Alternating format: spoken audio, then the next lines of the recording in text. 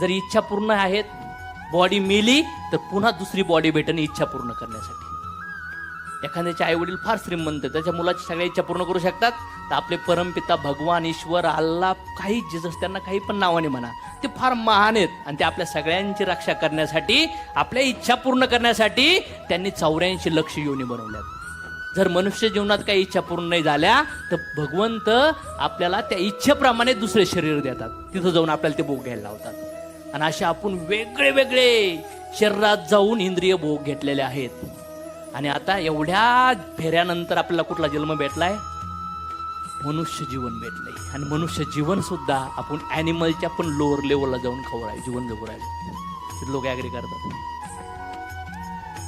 प्राण्याच्या सुद्धा खाली मनुष्य जगू राहिलाय.